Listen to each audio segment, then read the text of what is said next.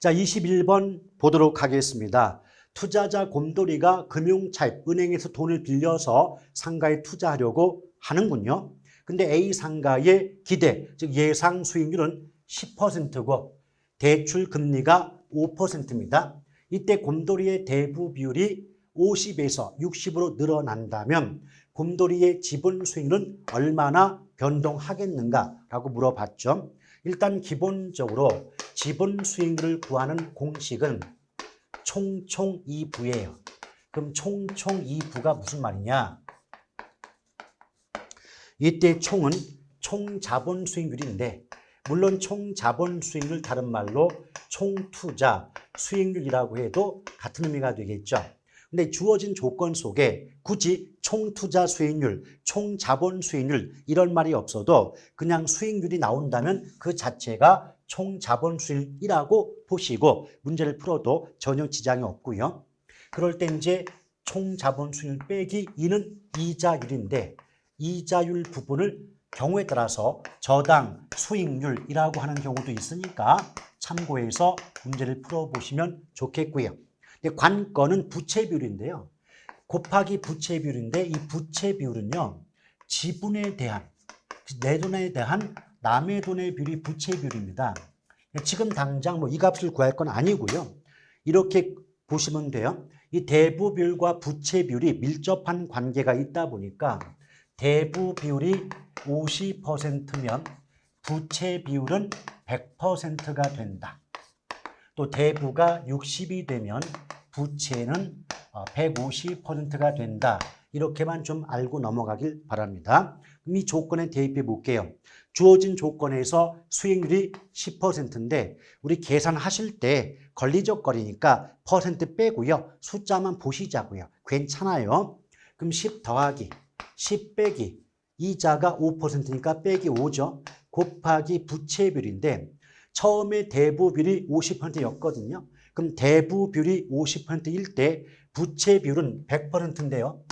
100%는 숫자로 바꾸면 1이니까 곱하기 1은 의미가 없지 않습니까? 맞죠? 그래서 10에서 5를 빼면 5 남고 더하기 10이면 원래 지분 수익률은 15%였다라고 보시면 되죠.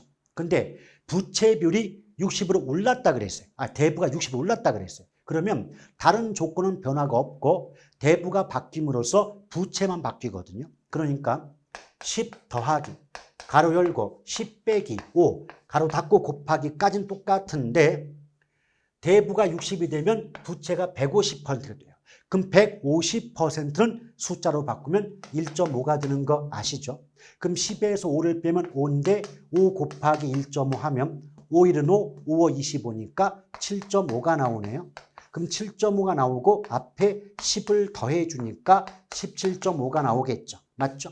그러면 대부 비율이 바뀜에 따라서 지분 수익률은 15에서 17.5로 2.5만큼 증가함을 상승함을 알 수가 있습니다. 그러므로 이 문제의 정답은 3번이 되는 거죠.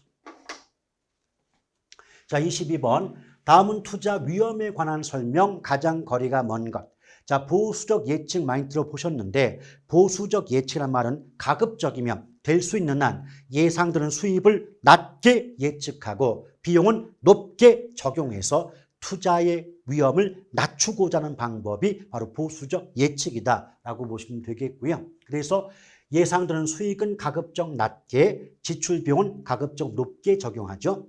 자, 2번 위험 혐오적, 위험 혐오적이다, 위험 회피적이다 모두 맞지만 합리적 투자자의 경우 전혀 위험을 감수하지 않으려 한다. 틀렸습니다. 왜 그런가 하면 투자자 입장에서 위험을 피하고 싶다 해서 피할 수 있는 위험만 있는 게 아니거든요.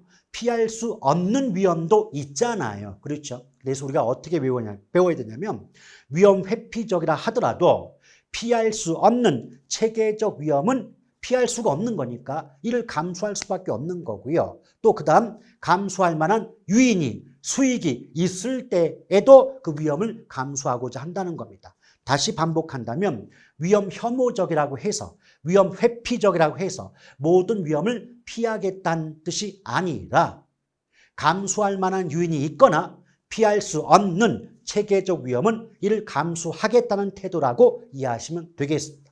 그래서 전혀 위험을 감수하지 않으려 한다. 이건 말이 안 되는 거죠. 그래서 이 문제의 정답은 2번이 됩니다.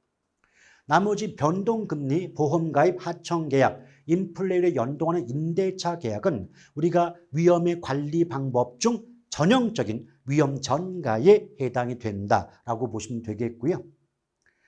자, 4번 기대 수익률을 하향 조정한다는 건 보수적인 예측을 하라는 뜻이고요. 요구 수익률을 상향 조정한다는 건 위험 조정 할인율의 적용이라고 볼 수가 있겠습니다.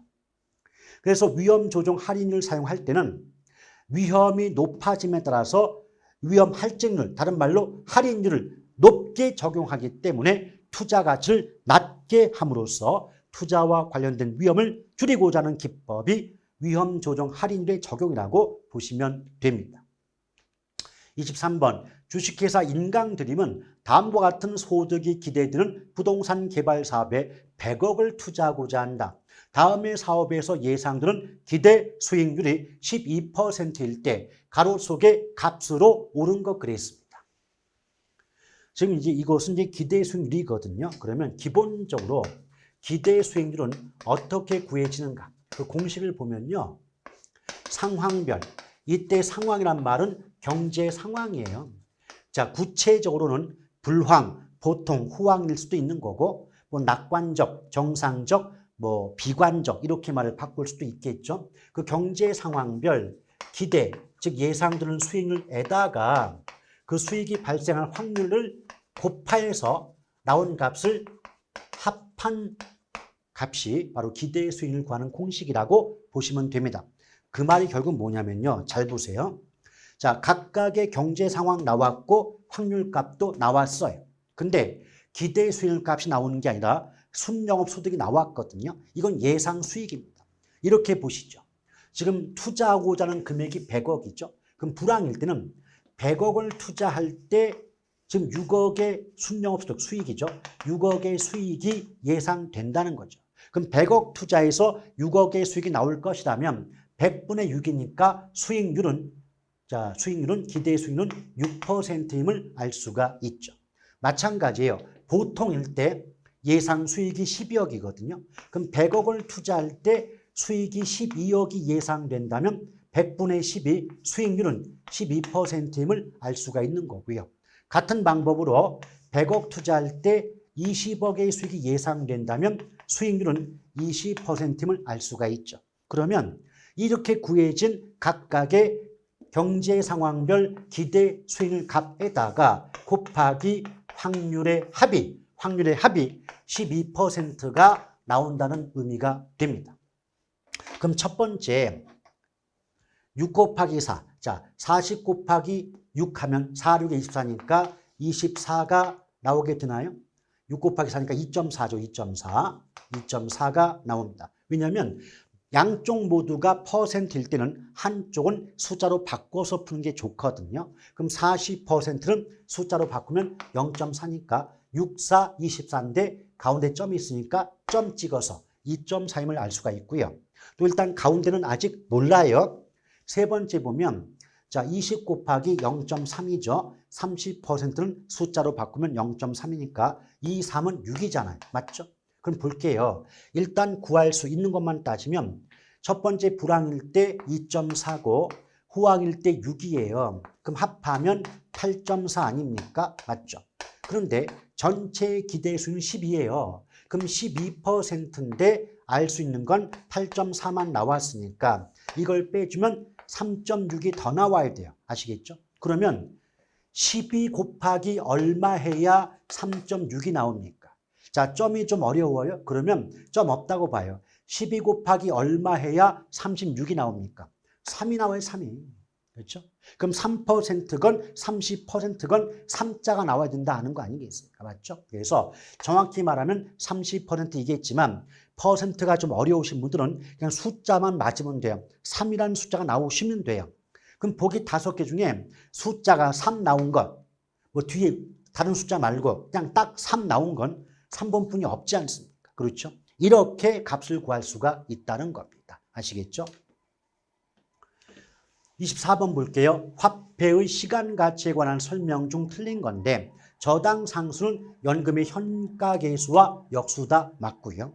2번 일시금의 현가계수 잠깐 끊어볼게요. 앞에 무슨 말이 붙든 간에 현가계수는 현재 가치를 구하는 계수인 거 맞죠? 그렇죠. 그런데 N년 후의 가치 앞에 숫자가 뭐가 붙어도 후자가 나오면 이건 현재입니까? 미래입니까? 미래잖아요. 그럼 N년 후의 가치를 구한다는 건 미래 가치를 구한다는 건데 현가계수와 미래 가치는 연결이 안 되지 않습니까? 맞죠? 그래서 이 문제의 정답은 2번이 됩니다. 자, 매기 불이백은 알고 있지만 기간말 누적액을 모를 때 연금의 내가계수를 활용한다 맞고 또 금융기관으로부터 자 원리금 균등 나오면서 대출받았다 그리고 저당 지불액 이게 바로 원리금 상환액이거든요.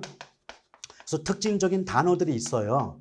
자 원리금 균등 나오거나 원리금 상환액 대출받았다 이 말 나오면 무조건 정답은 저당 상수입니다. 또 일시불의 내가계수는 일시불의 현가계수와 역수고요. 감채기금계수는 연금의 내가계수와 역수다. 역수 관계 정도는 좀 외우고 계셔야 됩니다. 아시겠죠? 그래서 이 문제의 정답 2번이 되고요. 25번 할인현금 흐름 분석법에 관한 설명 중 바르지 못한 건데 장래 예상현금 유입의 현재 가치와 현금 유출의 현재 가치를 비교하여 투자할 만한 가치가 있는가 없는가를 분석하는 방법인 거 맞고요.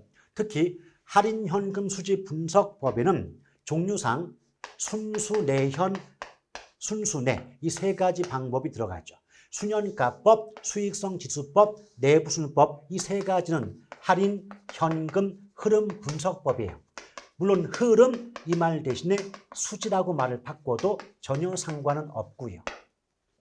다만 조심할 건 순수내현, 자 현가회수기간법도 맨 앞에 제목에 현재 가치의 준말이 붙었기 때문에 이렇게 네 가지를 묶으면 할인 방식에는 속해요. 그러니까 돈 가치를 따지는 방법에는 포함되지만 현가회수기간법은 현금 수지를 할인하진 않기 때문에 할인현금 수지 분석법에는 포함되지 않습니다. 다시 한번 그냥 화폐의 시간 가치를 고려하는 할인 방식이라고만 나오면 순수내현 모두가 답일 수 있지만 할인현금 흐름 분석이라고 나오면 현가회수기간법은 할인현금 수지 분석법에는 포함되지 않는다. 차별점 구별하셔야 돼요. 여기서 현금 유입의 현가에서 현금 유출의 현가를 공제한 값. 이 말이 결국은 여러분이 알고 계신 말로 바꾸면 이게 수년가예요. 수년가. 그럼 수년가가 0보다 크면 투자 채택한다. 타당성 있다라고 들어보셨죠? 그럼 2번 맞고요. 3번 내부 수익률이란 수익성 지수를 1로 만들며 수년가를 0으로 만든다. 다 기억하고 계시지 않습니까? 자, 현가회수기간법. 자, 현가회수기간법. 현가자 붙었으니까 얘도 돈 가치를 따지는 방법은 맞아요. 그러나 방금 전에 언급한 것처럼 현가회수기간법은 할인현금 흐름 분석법에는 포함이 안 된다. 근데 할인현금 수지 분석법에 속한다 했으니까 틀린 겁니다.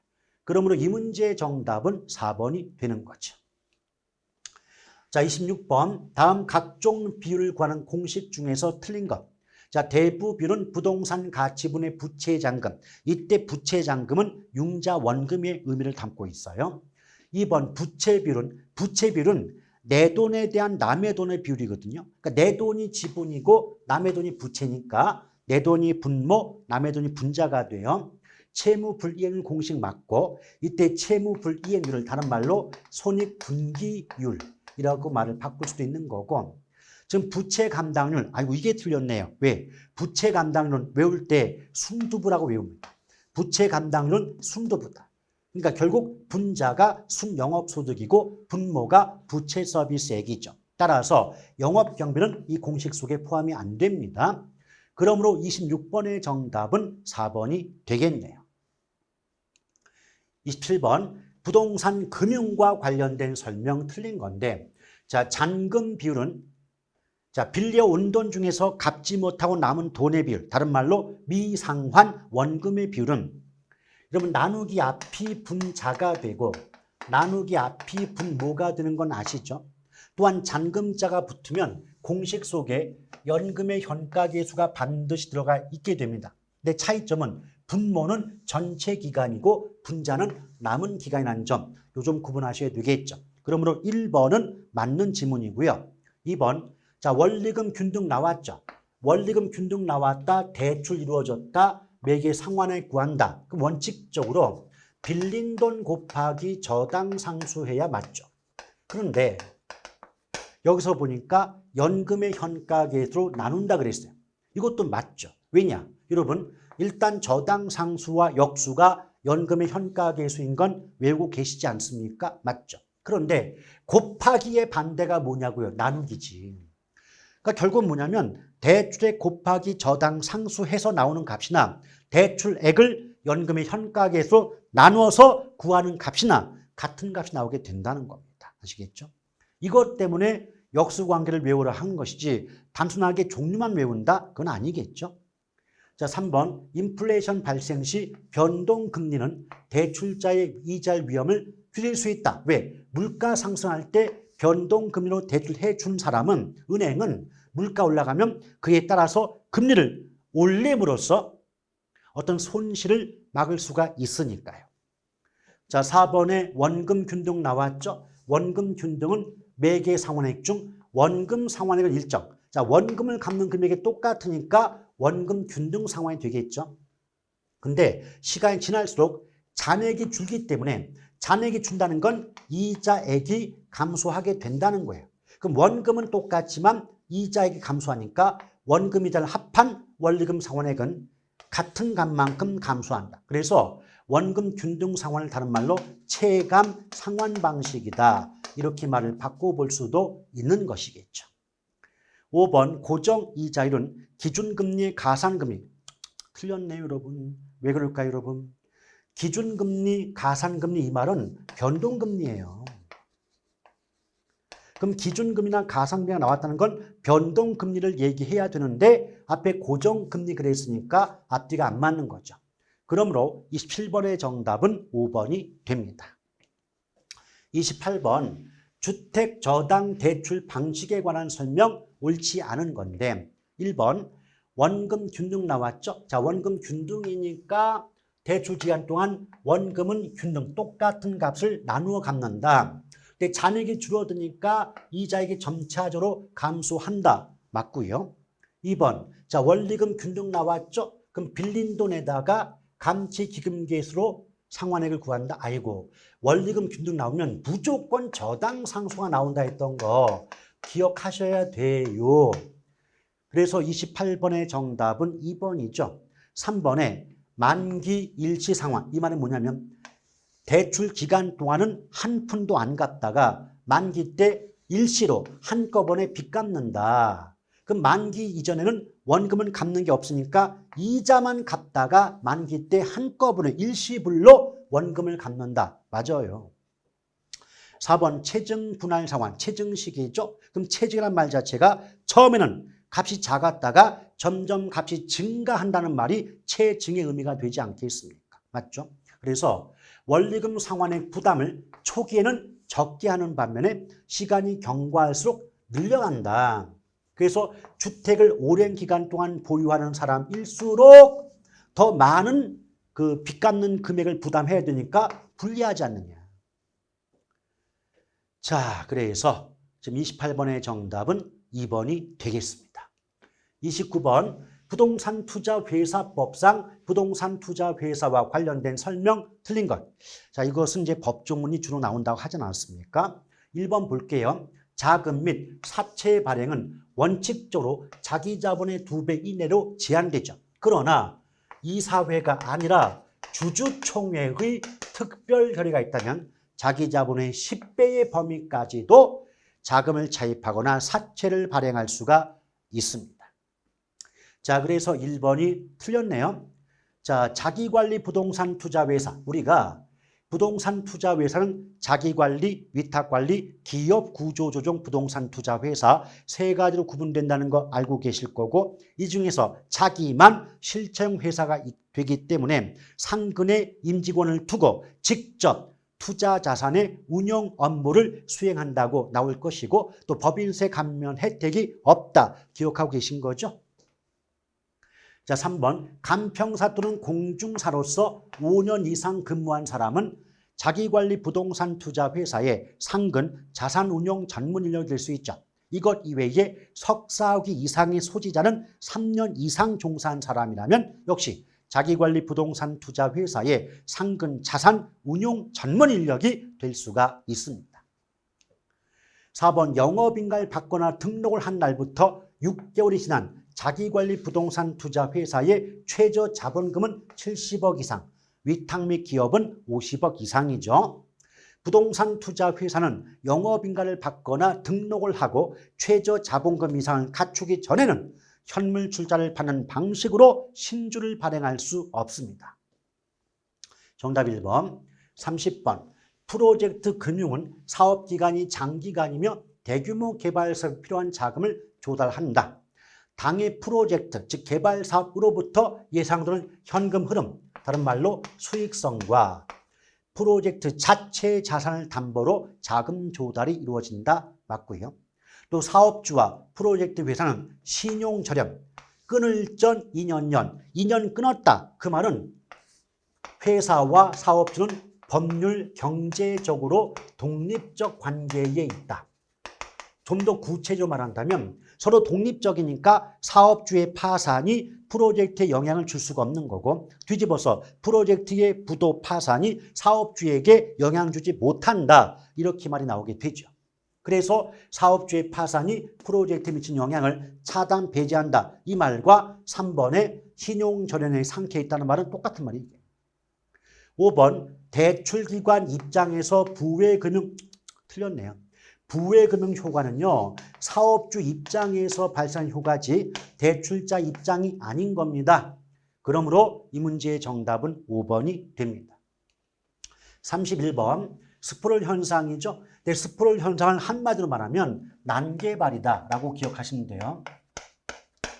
1번 개인들에 의한 무질서하고 불규칙적인 개발로 도시가 외곽으로 비계획적으로 확산되는 현상을 말한다. 맞고요. 또 스프롤 현상이 발생하는 지역의 땅값 수준은 표준적 수준 이하이다. 다른 지역보다 싸다. 왜냐하면 스프롤 현상의 원인 중에 하나가 집가구예요. 도심 쪽의 땅값이 너무 비싸다 보니까 도심 쪽을 개발하기 어려워서 상대적으로 땅값이 집가가 싼 쪽을 골라서 개발하다 보니까 불규칙적이고 무질서하게 개발이 되는 거죠. 그래서 집가구가 원인이기 때문에 싼 쪽, 땅값이 싼 쪽을 개발하죠. 그러니까 스프롤이 발생한 지역의 땅값 수준은 다른 쪽보다 낮기 때문에 표준적 수준 이하란 말이 나오죠.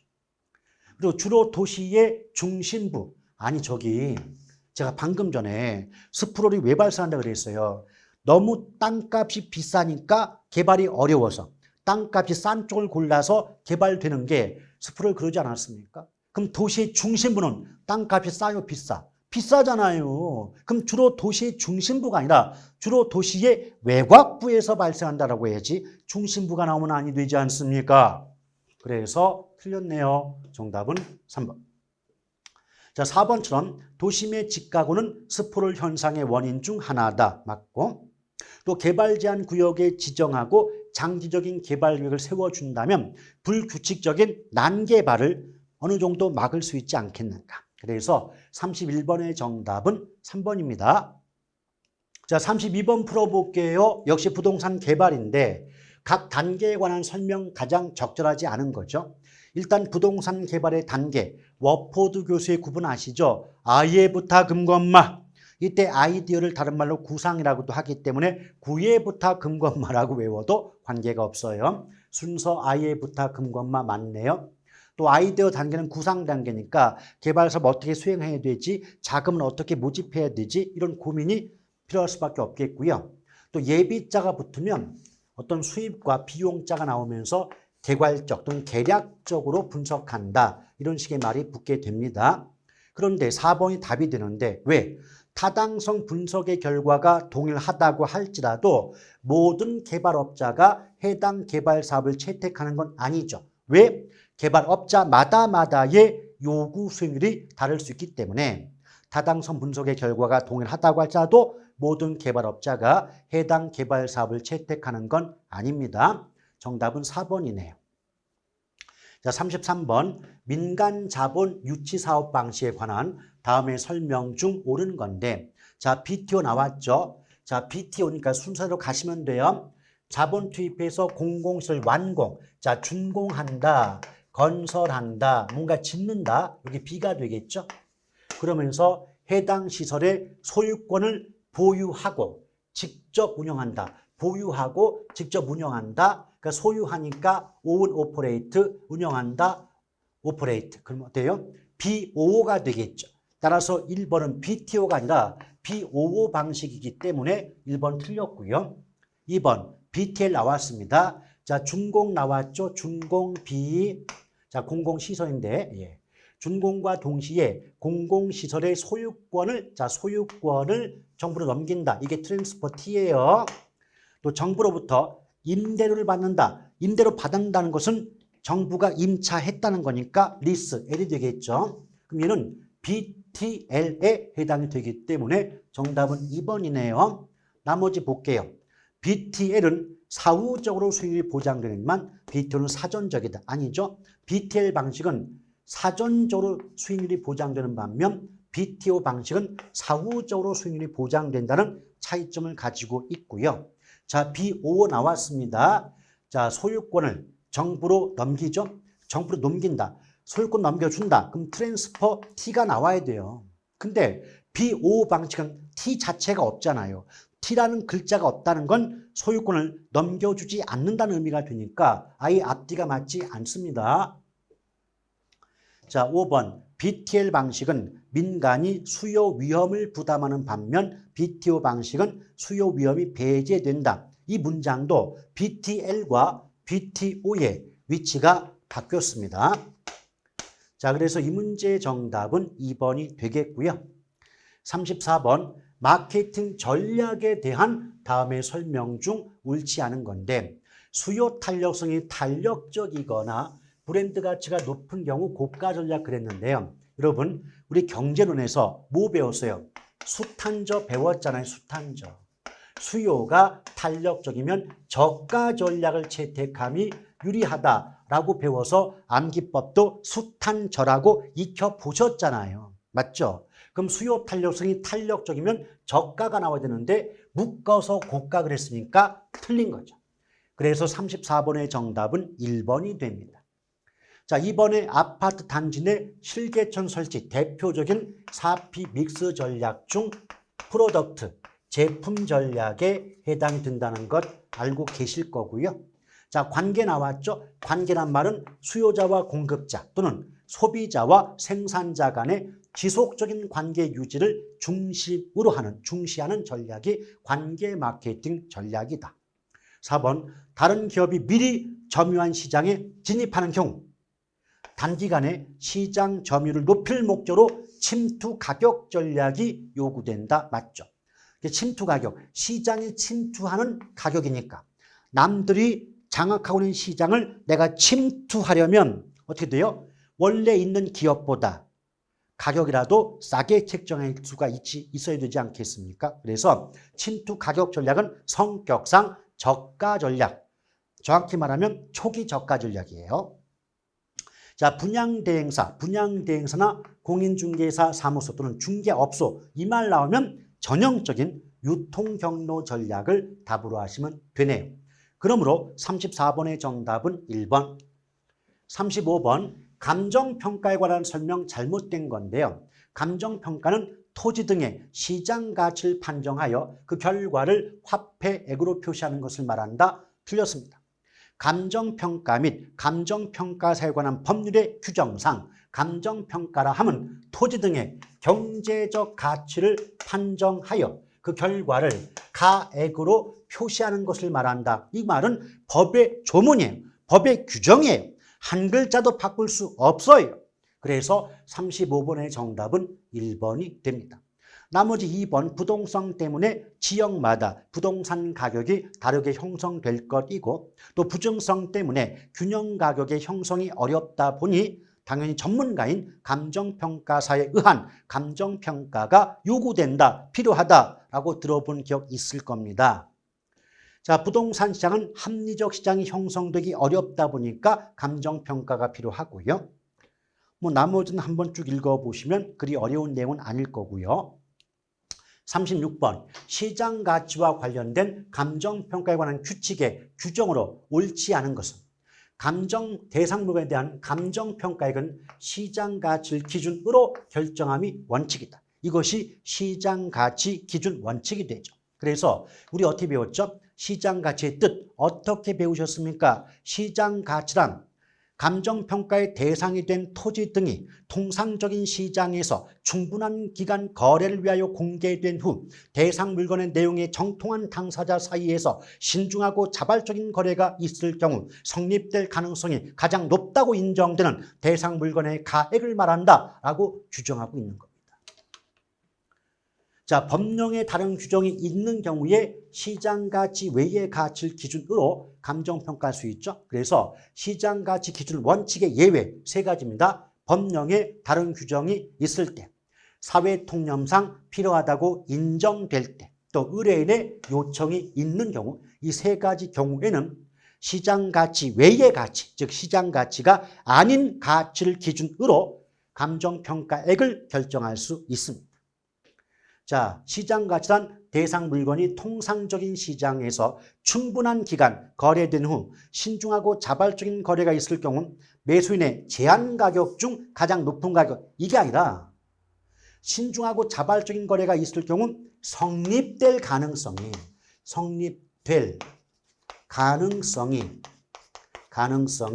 가장 높다고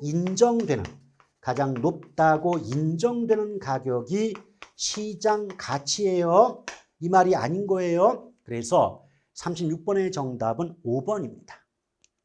37번 부동산 가치의 발생 요인에 대한 설명으로 옳지 못한 것.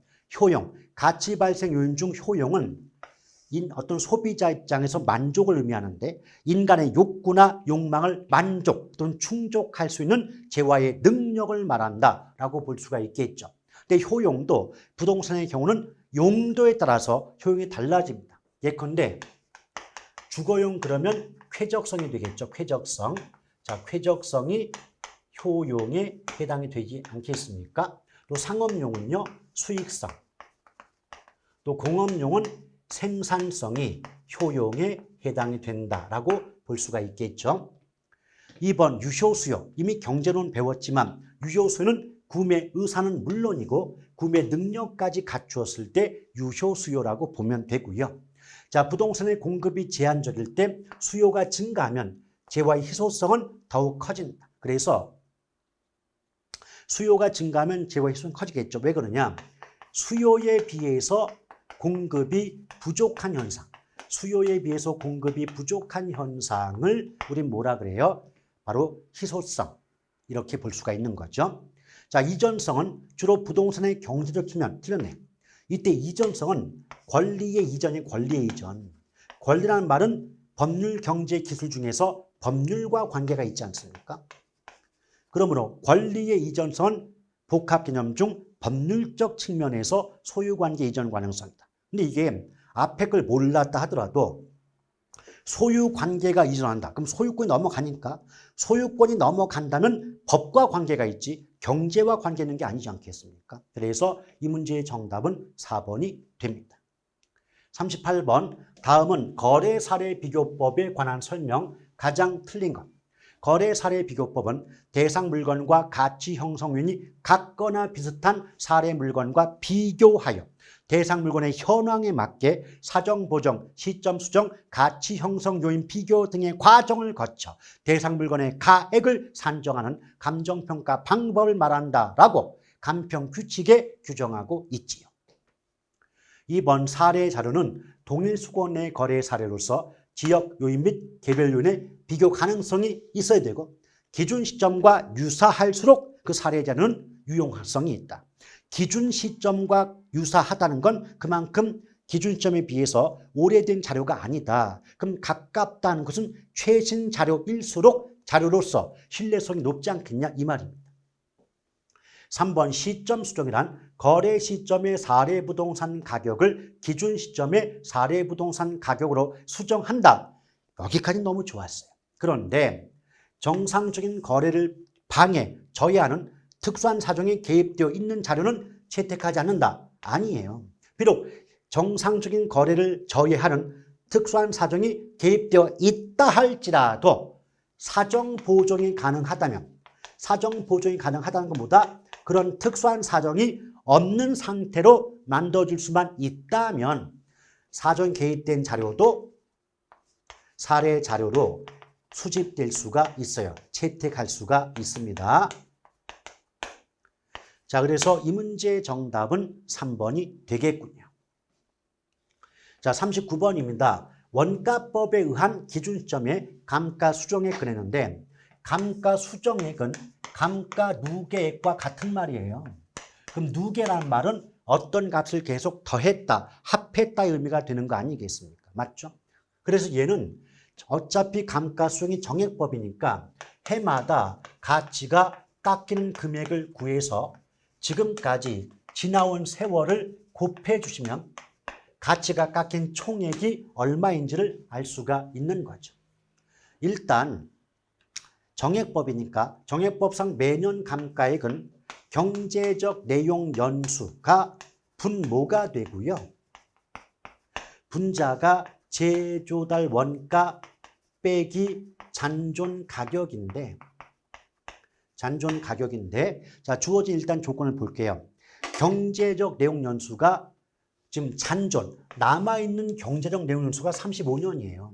근데 준공 시점이 2017년, 기준 시점이 2022년이죠. 이 말은 이 건물 지은 지 5년이 지났다. 5년 지났다. 그러니까 5년 지났는데 남아있는 수명이 35년이니까 원래 경제적 수명은 40년임을 알 수가 있는 거고요. 또 경관 연수가 5인 것도 알 수가 있었습니다. 근데 기준 시점에 제조달 원가가 지금 3억이라고 나와 있죠. 3억 나와 있는데요. 지금 내용 연수 만료 시 잔존 가치가 안 깎이고 남아있는 값어치가 20%예요. 그럼 공식이 두 가지가 있는데 3억의 20%인 326, 6천만 원을 빼서 2억 4천만 원을 구할 수 있는 거고요. 처음부터 20%는 남아있으니까 없다고 보고 100%에서 20%를 빼면 80%가 깎여 나간 것 아닙니까? 가치가 깎였다. 그러면 처음부터 저 같으면 3억 곱하기 80% 0.8 해갖고 38에 24에서 2억 4천을 곧바로 구해도 상관이 없다는 거죠. 그럼 여러분 생각해봐요. 분자가 2억 4천만 원이고 분모가 40인데 오케이?